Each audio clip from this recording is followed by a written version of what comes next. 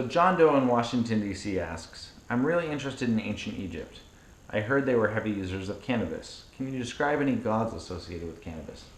Well, I can describe two goddesses associated with cannabis. Of course, goddesses, not gods. Yes, the most common one that everyone has probably seen is Seshat, who's depicted with the 7-point, leaf overhead. She's called She of the 7 Points.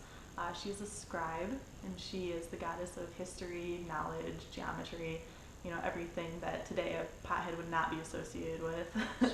So she's the goddess of geometry, and so hemp rope was basically the measuring tape of the ancient world. And that would make sense. Totally. If you have these materials, you're using paper, rope, you're using hemp with that as well. So, and then the other one is Bas. She's not as well known, however, she is probably one of the oldest deities we have.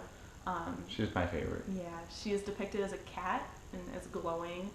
She's kind of the opposite of Seshat. She's more, the womanly. She's fertility, the moon, perfumes, which is where, they think that comes from with the jars, the Bas jars.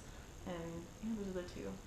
Awesome. So obviously, skeptics will say, like, how do we actually know that these two goddesses were using cannabis products? Is there concrete evidence that in ancient Egypt they were using cannabis?